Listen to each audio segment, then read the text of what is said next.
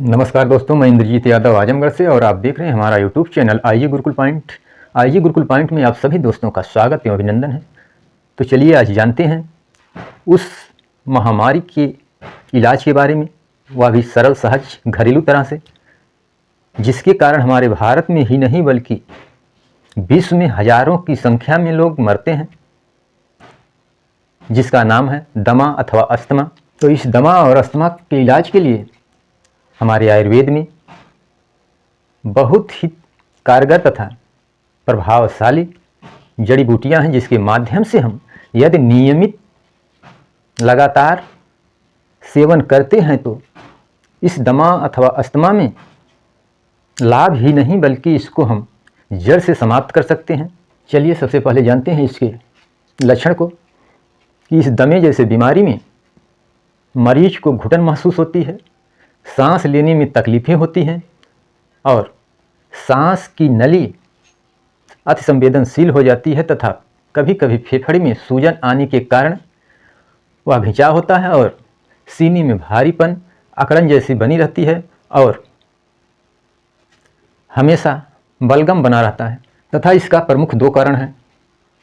पहला कारण है एलर्जी। एलर्जी वाले व्यक्तियों को, जो दमा अस्थमा के मरीज हैं, उनको धूल, धुआं, धूप से बचना चाहिए। तथा दूसरा कारण है बीड़ी पीना, सिगरेट पीना अथवा गांजा पीने से भी यह दमा जैसी बीमारी की उत्पत्ति होती है। तो चलिए आज हम जान लेते हैं कि इस दमे जैसी घातक बीमारी को हम चमत्कारिक रूप से आयुर्वेद के माध्यम से, घरेलू नुस्खे के माध्यम से, आयुर्वेदाचार्यों के माध्यम से किस तरह लाभ ही नहीं जड़ से समाप्त कर सकते हैं, वह भी अपने घर पर बैठे ही निःशुल्क में, फ्री में। तो इसमें हम दो प्रयोग बता रहे हैं। दोनों प्रयोग में से जो भी आपको अच्छा लगे, जो भी आपको सरल सहज लगे, घर पर करें और आप दमा अस्थमा जैसे घातक बीमारी से जड़ से ठीक करें। तो पहला प्रयोग विधि है रसोई घर में पाए जाने वाली मसालों के रूप में प्रयोग की जाने वाली, जिसका नाम है दालचीनी। दालचीनी को आप 100 से 50 ग्राम की मात्रा लेकर के उसको पाउडर बना लें तथा मार्केट से शहद का डिब्बी ले लें। बस आपकी दवा तैयार। आपको सुबह बासी मुंह खाली पेट उस दालचीनी के पाउडर को 1 से 2 ग्राम उस शहद में मिला करके सुबह सुबह उसको खाना है। खाने के बाद ऊपर से गुनगुना अथवा गर्म पानी पी लेना है। आप देखेंगे कुछ दिनों में दमा जैसी घातक बीमारी में पूर्ण लाभ होगा और यदि लगातार 2 से 3 महीने कर लेते हैं तो यह बीमारी हमेशा हमेशा के लिए जड़ से ख़त्म हो जाएगी।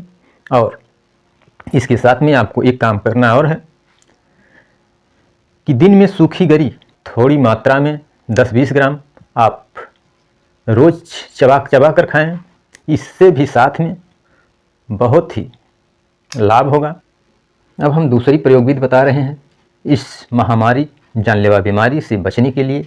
तो सबसे पहले आपको मादार यानी आर्क, आज हम मादार या आर्क के पत्ती, फूल तथा टहनी की बात नहीं करेंगे, बल्कि सीधा जड़ पर जाएंगे और उस मादार की जड़ को आपको लाना है। उसमें से ऊपर का छिलका जो होता है उसको निकाल लेना है। निकालने के बाद उसको धूप में सुखा लेना है।